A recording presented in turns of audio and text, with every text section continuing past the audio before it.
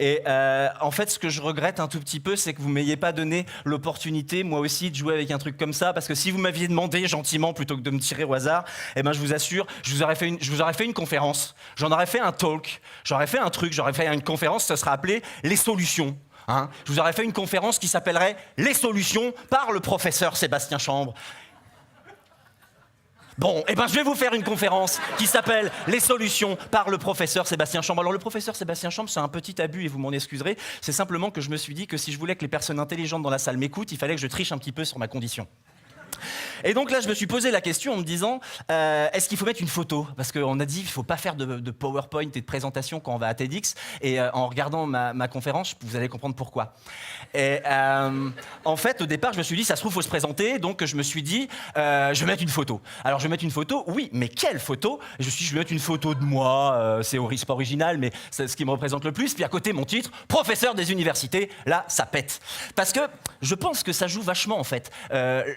Qui les autres sont, ça joue vachement sur le crédit qu'on va leur apporter. Je me suis dit, par exemple, si j'avais mis Sébastien Chambre, comédien, et qu'est-ce que vous seriez dit? Est-ce que vous seriez dit, oui, qu'est-ce qu'un comédien pourrait bien nous apprendre, cette bande de fainéasses? Du coup, je me suis dit, non, il ne faut surtout pas que je mette ça, je vais mettre autre chose. Puis après, je me suis dit, mais allons plus loin, si on doit parler de soi, est-ce que ça change l'image des autres? Si j'avais mis Sébastien Chambre, homosexuel, là, je pense que la moitié des gens se seraient dit, bah ouais, il a une chemise rose. Mais si j'avais mis Sébastien Chambre, schizophrène, bah là, les gens qui sont assis à côté de moi, là, eh ben, ils se seraient dit « Wow, purée, je viens de passer 4h30 assis à côté d'un schizophrène », parce qu'ils savent pas ce que c'est, forcément. Et si j'avais mis Sébastien Chambre a fait un burn-out, là, eh ben, peut-être que vous seriez en train de vous dire « Putain, c'est con, oh, moi je le trouvais cool, le type, là, je le ferais bien venir pour faire une conférence quelque part, mais il doit pas être fiable, puisqu'il a fait un burn-out, pour peu que ça tombe le jour où j'ai besoin de lui. » Eh ben non, du coup, bah non, râpé, non. Alors du coup, je me dis, faut pas que je mette ça. Peut-être que je pourrais mettre Sébastien Chambre sort avec une noire. Et là, à ce moment-là, peut-être qu'il y a des gens qui se seraient dit « Bon, moi, ça me dérange pas trop. » Et du coup, je me suis posé la question, qu'est-ce qu'ils auraient dit si j'avais dit qu'il sort avec un noir? Alors là, je me suis dit, ouais, c'est quand même cumuler un peu les mandats. Donc, je me suis dit, il faut que je change. Alors du coup, peut-être que je pourrais avouer finalement que je suis une femme et que je m'appelle Sébastienne Chambresse. Et là, je devine déjà un peu tout ce que vous vous diriez, un peu du genre, oh là là, la pauvre, la tronche qu'elle se paye. Comment elle va faire pour faire un métier de douceur comme infirmière ou institutrice avec une tête comme ça? Et surtout, comment va-t-elle faire pour trouver un mari? Hein? La pauvre. Bon, du coup, c'est pour ça que j'ai mis professeur Sébastien Chambre, les solutions. Alors, pourquoi? Ben oui, pourquoi les solutions? C'est très important. Pourquoi les solutions? Parce qu'on parle toujours de problèmes. La différence, ça crée des problèmes. On ne sait pas comment gérer les problèmes. Eh bien, moi, aujourd'hui, je vais régler vos problèmes en vous apportant les solutions.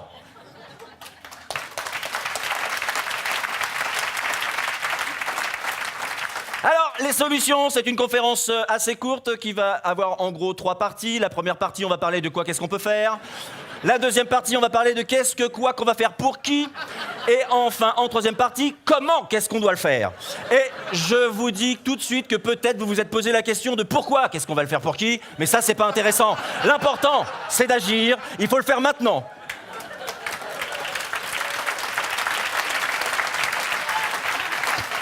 Alors, quoi, qu'est-ce qu'on peut faire? Puisque je suis un professeur, j'ai choisi de vous faire un graphe moche.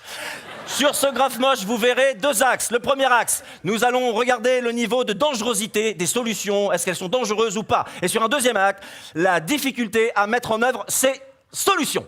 Tout d'abord, facile.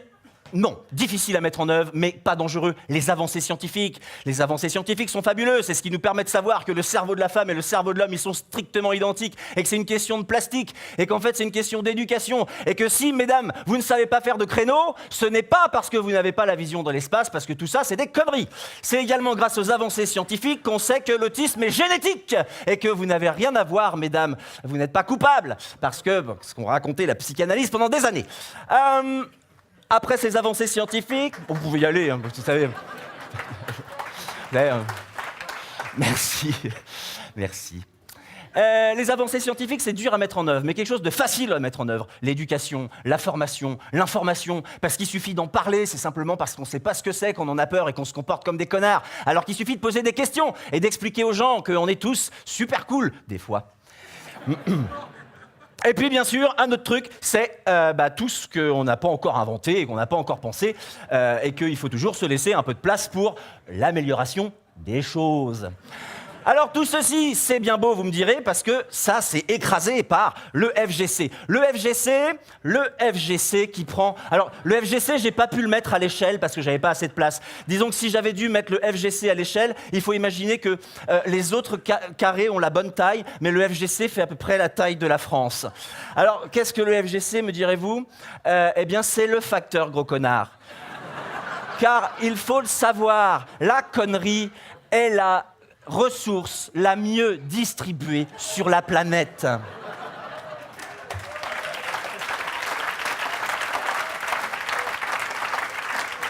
Vous pouvez partir n'importe où en oubliant votre connerie, vous en trouverez sur place. Et quelle que soit votre gourmandise en conneries, il y en aura toujours trop. Donc, allez-y! Le facteur gros con, qu'est-ce que ça peut bien être? Des fois, c'est des gens qu'on aime. Et moi, par exemple, je vais vous parler de quelqu'un que j'adore et que si jamais tu regardes cette vidéo un jour, tu sais que je t'aime beaucoup. Je voudrais vous parler de ma grand-mère. Ma grand-mère, ah ouais, ça, vous demandez ce que je vais dire comme saloperie sur ma grand-mère. Et vous avez raison, car ma grand-mère, quelqu'un que j'adore vraiment, un jour a dit « Ah, je rentre du centre-ville et j'ai vu une personne se garer sur une place handicapée avec un macaron handicapé et la personne, elle est sortie de sa voiture en marchant. Comme quoi quand même, ces gens-là, ils abusent. » Bon, j'ai essayé de lui expliquer que peut-être cette personne-là pouvait pas marcher longtemps parce qu'elle avait des problèmes de dos et que tous les handicaps ne se voyaient pas, mais... Bon. Alors... Maintenant, je voudrais vous montrer des méthodes. J'ai parlé de solutions. On a toujours des problèmes, on parlait de problèmes. Moi, je sais, ça vous est tous arrivé, ça nous est tous arrivé, c'est pénible. On se coltine des gens qui sont en état dépressif majeur. Les gens qui font des dépressions, c'est insupportable. Eh bien, maintenant, je vais vous le dire, comment faire pour se comporter avec une personne en état dépressif. C'est ça, vous le demandiez, ben aujourd'hui c'est moi, je vous l'offre, c'est cadeau. C'est la méthode. Alors tout d'abord, écoutez la personne autant que possible. Il est important que vous puissiez faire une investigation pour essayer de trouver quel est son mal-être afin de l'aider à le résoudre. Deuxièmement, l'aider à réaliser des tâches qu'elle n'arrive pas à faire seule, parce que c'est toujours hyper valorisant de se faire aider par quelqu'un qui est toujours juste derrière en train de demander si on arrive à faire nos lacets. Troisième point, la motiver pour voir des gens, pour faire du sport, penser positif et si besoin est, un petit coup de pied dans le cul, ça fait jamais de mal, il faut bouger les gens, et oui, il faut se prendre par la main. Si tout ça ne marche pas, il faut diffuser des huiles essentielles de patchouli. En grande quantité, vous trouverez ça dans la première pharmacie. Si ça ne marche toujours pas, il faut lui faire la liste de tout ce qui va bien dans sa vie. Parce que bon, faut relativiser quand même, hein. Tout le monde a ses petits problèmes. Donc, aidez-la, la personne. Dites-lui, bah ouais, mais regarde, t'as un peu tout pour toi quand même, alors, hein. Bon. Et si vraiment ça marche pas, eh bien, vous lui montrerez un film sur la Shoah pour l'aider à relativiser. Parce qu'il faut toujours penser un petit peu aux gens qui sont plus malheureux que soi. Et si tout ça n'a pas marché, eh bien, vous pourrez lui lire le passage de la Bible, Ézéchiel 25-17 de la Bible édition Boutin, car c'est toujours rassurant de trouver des gens qui disent plus de conneries que vous. Bon, alors bien sûr, vous pourrez dire, ah oui, d'accord, l'état dépressif, mais moi si je connais un bipolaire. Ah, eh bien, rassurez-vous, je vous dis tout ça dans mon livre qui s'appelle « Comment gérer les handicapés », bien sûr par le professeur Sébastien Chambre. C'est aux éditions Brassé parce qu'il coûte horriblement cher, mais il est vraiment bien. Il vous le faut. Achetez mon livre. Bon, bien sûr, ça c'est des conneries.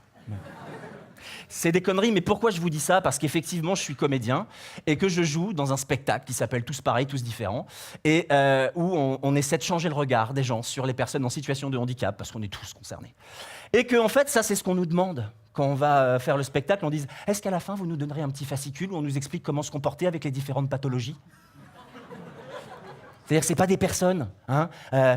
Comment gérer les personnes, ça revient au même, parce que les personnes handicapées ou en situation de handicap, eh ben, il n'y a pas besoin de les gérer, elles se gèrent très bien toutes seules. Donc, du coup, j'aimerais changer un petit peu, retirer mon tablier de professeur et passer au citoyen Sébastien Chambre pour vous faire part d'une petite réflexion. Cette petite réflexion, c'est le fait de se rendre compte qu'à un certain moment, on est un peu tous pareils. On est un peu tous pareils. On a tous plus ou moins eu des cheveux. Enfin, peut-être pas vous, mais... mais quand on a faim, Bah, on aime bien manger un truc. Quand on a envie de faire pipi, bah, on aime bien aller aux toilettes. Quand on est amoureux, on est content, on est là, on en parle à tout le monde, et puis après on se fait larguer, on tire la gueule. Il y a des moments, on est un peu tous pareils. Mais à des moments, eh ben, on est un peu tous différents. Ça peut être une manière de s'habiller, ça peut être une orientation sexuelle, ça peut être une couleur de la peau, ça peut être un handicap, ça peut être un genre, ça peut être le pays d'où on vient, la langue maternelle, ça peut être n'importe quoi, mais en fait, on s'en fout. Parce que le truc le plus important, c'est en fait qu'on est tous égaux. On est tous égaux, et même les connards, parce qu'en fait, on est quand même tous un peu des connards. Moi, je suis un connard, personnellement, je le sais très bien, je réponds jamais à mes mails, je réponds jamais à rien. Dès que je vais quelque part, j'arrive 1 heure en retard. Mais c'est pas grave, parce que les gens, ils m'aiment quand même un petit peu des fois. Mais tout le monde est un connard. Vous êtes une connasse, parce que... Mais si, bah, en plus, vous le savez, vous le savez. Vous êtes un connard. Mais bon, vous, ça se voit en même temps. Donc, vous aussi, vous êtes tous des connards, vous êtes tous des connasses. Puis vous aussi qui nous regardez, chez vous, là, vous êtes des connards et des connasses, et vous le savez très bien. Vous, là-bas, assis dans vos fauteuils, qui faites semblant d'écouter alors que vous dormez, vous êtes aussi des connards et des connasses. Mais c'est pas très grave, parce que je voudrais vous dire vraiment quelque chose. Le plus sincèrement possible, c'est de vous dire que je vous connais pas, vous êtes des connards, vous êtes des connasses, mais je voudrais quand même vous dire ce que je pense a priori, parce que c'est mon choix. Et pour vous dire ça, je voudrais demander de l'aide de beaucoup de personnes, de comédiens et de comédiennes que j'ai rencontrés à des moments. C'est de vous dire que vous êtes des connards, mais je vous aime.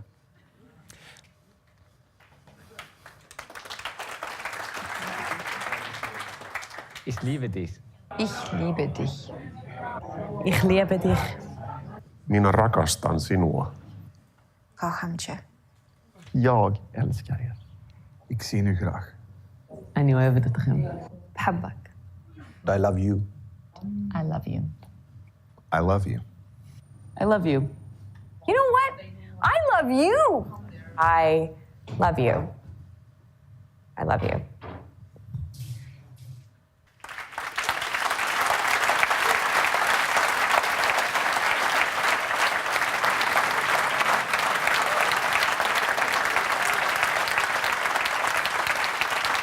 Merci beaucoup.